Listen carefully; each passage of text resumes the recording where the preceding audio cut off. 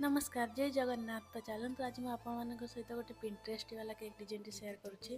तो एक्चुअली ये केकटा मुझे 1 kg टूटियार बनाऊली जमीक मुझे कही कि मुझे 1 kg भी टूटियार केक बनाऊँच बोली।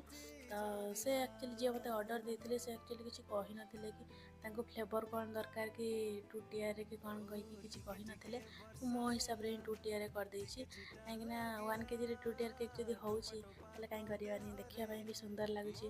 चेन को लेकिन सेमती किसी डिमांड नाला से मो उपर भी छाड़ी देते। तो मुझे एक्चुअली ये केक डिजाइन बहुत दिन देखी पिंटरेस्ट रे। तो मत बनइबार इच्छा था तो मुझे केक्रे से एक्सपेरिमेंट करदेली। तो आप भिडियो लास्ट जाए देखते आ डिजाइन आपको केमती लगे निहाती जनइबे।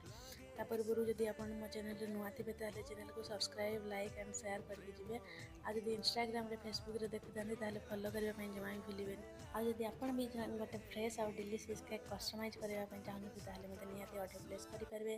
बायो मोर नंबर अच्छी कि मत डायरेक्ट इंस्टाग्राम रे डीएम करेंगे। तो देखो आप सहित कथा आमर ये केक कम्प्लीट हो गला। तो यहाँ है मो केक्र फाइनाल लुक आपको केमती लगे निहाती जनइबे। आ भिडियो भल लगी लाइक शेयर फॉलो करेंगे। रोचे जय जगन्नाथ। पुणी देखा गोटे नुआ।